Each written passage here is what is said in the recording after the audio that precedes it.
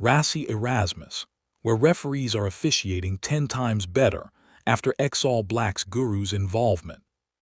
Rassie Erasmus says that the referees have significantly improved the officiating of a facet of the game, which has benefited the Springboks. South Africa's scrum has been a feature of the Boks team since 2018, playing a pivotal role in winning back-to-back Rugby World Cups and the British and Irish Lions series.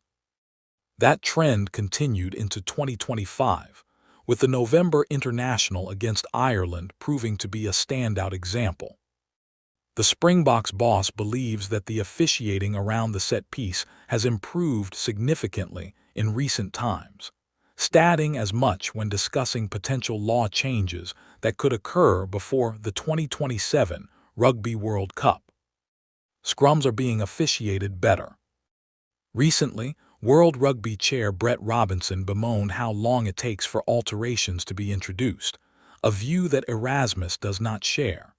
One of the ideas the Boks boss states is being tabled is a further depowering of the scrum, which he believes has greatly benefited from Mike Cron's input, the former scrum coach of the All Blacks. There is some talk about taking the hit away in the scrums and letting guys pre-engage. I hope that doesn't start to creep into the game, the head coach said. The scrums got cleaned up just nicely now with Mike Cron being in charge of that.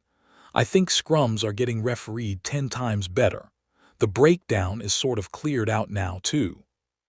Still, Erasmus hopes that there won't be any further changes to the lawbook before the Rugby World Cup, because of the impact that it not only has on the game, but also on player selection too. I think whatever they want to have clarity on, let's not just do it 18 months out from a World Cup, he added. Again, with the calendar not being aligned, we finish playing in November. We won't have the Six Nations next year, and those guys will play 5 games, and then we will be underdone. Late for law changes. Furthermore, on the potential law changes, he hopes that the escorts will remain outlawed and discuss the implications of taking away some of the TMO's powers.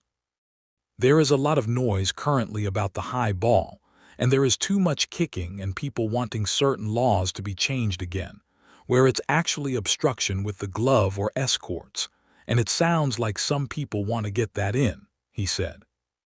We wouldn't like that. We feel it's a skill in the air, and there are more tries being scored. There are some talks about the TMO's involvement being too much. Would you want that to get the wrong result?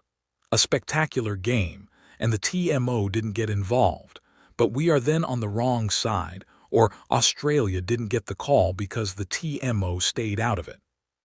I think if they get clarity on that before we go into a World Cup year, it will be great, but to have late law changes in a year prior to a World Cup, when you're building continuity and players getting used to the way things are done. Hopefully, it isn't a sudden change. World Rugby chair Robinson said that the process of change is taking too long. In my opinion, let's take the time and find out the consequences that might look cool. But the end result is that a player's value in a certain position just gets taken away with a law change.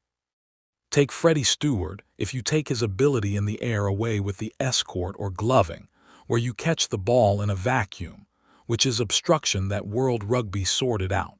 But now if you bring that back in, it's a game for all shapes and sizes. He is a tall full back, maybe not the fastest, but